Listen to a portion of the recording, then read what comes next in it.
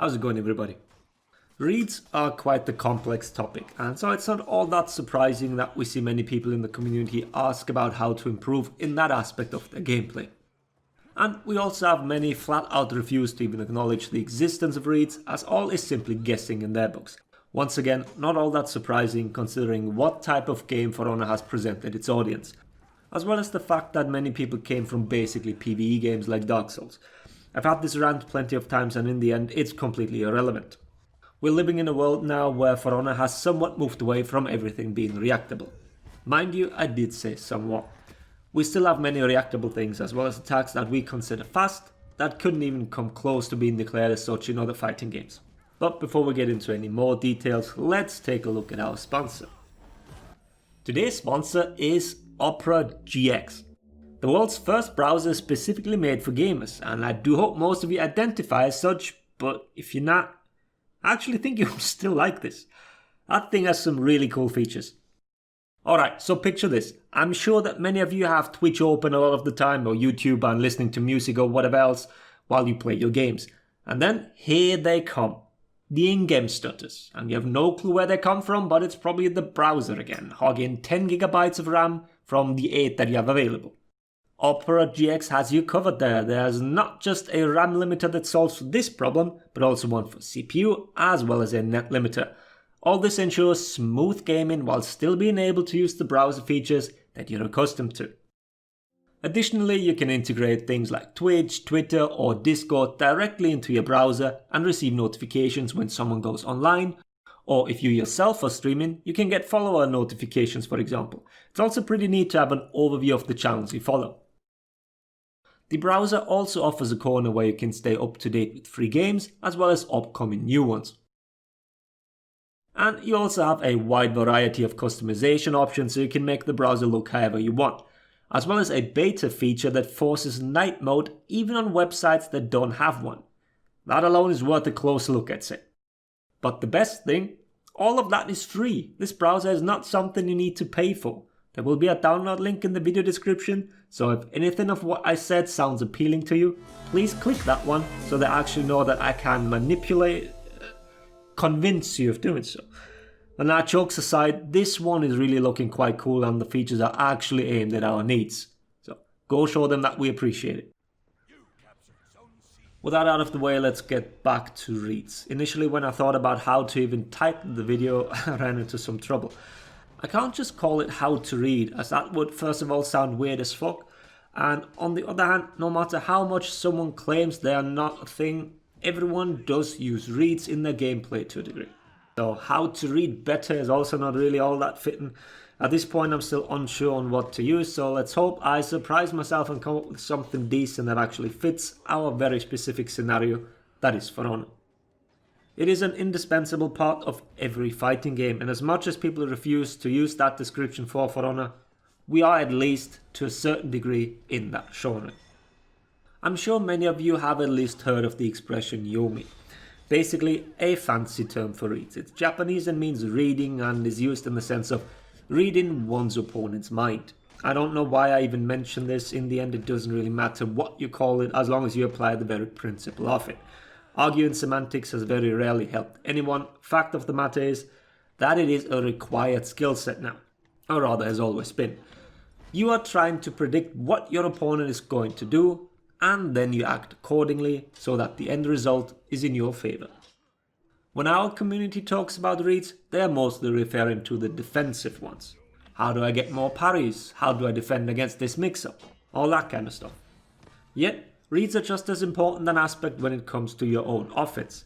You don't just randomly press buttons. You also think about what the most effective attack is in each specific situation. It might not be a conscious thing for everyone, but everyone does it. Once someone has a grasp of a hero's moveset, they experiment more with it and find out what attacks have the highest chance of landing on an opponent. This is also simply the process of improving. Up until a certain skill level, you can just press the light attack repeatedly. Then all of a sudden you face players that shut you down completely, meaning you need to change your whole approach to the game. You need to think about what your opponent is going to do to defend themselves, and this then gives you your own options of possible attacks. I will talk more about this in just a few minutes by using a mix-up as an example. because knowing how something is countered and which part of a mix-up gets countered by which defensive option of your opponent gives you actual tangible numbers, where certain parts of your mix-up simply have a higher chance of landing than others. But before we get to that, we're going to dumb this down a few notches, and this is in no way meant derogatory. Making reads starts at a very basic level already, at the loading screen, or even the character selection screen already. The reason that a lot of players refuse the concept of reads and just simply label them as guessing is because to make assumptions about someone else, you need to know them, or at least have played with or against them. The more rounds you fought someone, the better your understanding of that player becomes.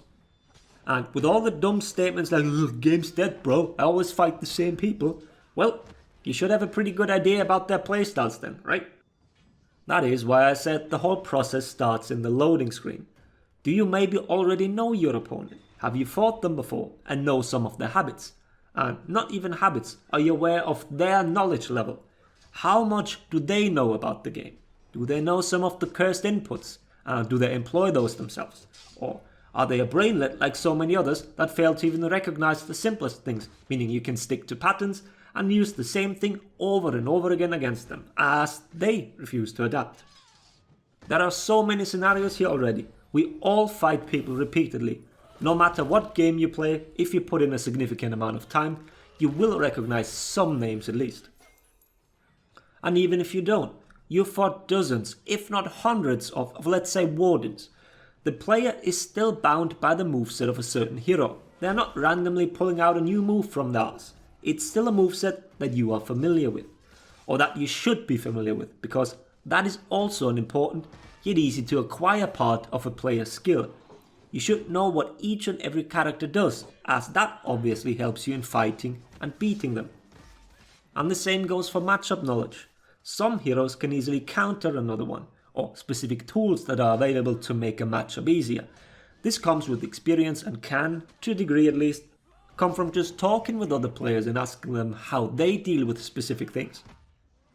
Okay, so that's the process before the fighting has even started. But there will be instances where you really have no clue what your opponent will do. Someone you never fought before, which means you first have to gather some information. Making reads is for the most part a process of elimination. You eliminate options and then choose the one that has the highest chance of working for you. That's very simplified, so let's look at an example.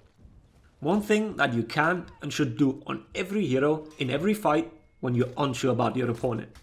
What is that person's knowledge in the game? Are they familiar with your hero's moveset? Do they defend appropriately? And a very basic thing to find some of that out is by simply feinting a heavy. Yes, that fucking basic. You just feint a heavy, or two, or three. And then you observe what your opponent does. Let's say we play PK. I feint a side heavy and then observe. Do they try to parry the very first heavy they see? Or do they try and parry early because they thought it was a light? How did they parry? Did they use any form of option selects, or was it a normal parry attempt?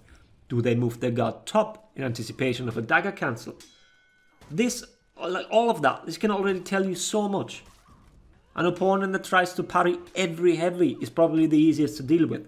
Just bombard them with soft feints until that stops working. Then you go back to step 1. You feint a heavy. Did their behavior change? Are they now trying to block top on read, or are they still not using the brain? Some players can be conditioned. If you repeatedly do dagger cancel soft feints, the opponent should eventually wake up and try and parry those on read. Now's the time to let your heavies fly. You'd be surprised how many can land that way. But most of the complaints when it comes to making reads is when they have to be used defensively. It's the only way to have viable offense. Please don't argue otherwise. So let's look at a few examples again.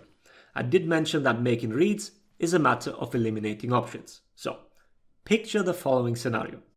A raider has just carried you to a ledge, but not quite off yet. So they perform a light into unblockable. Now, what do? Behind you is a ledge and your HP is not enough to tank another hit, because that is something to consider too. You don't have to always parry if the situation allows it. If you're full HP and out of stamina, you don't have to take that risk.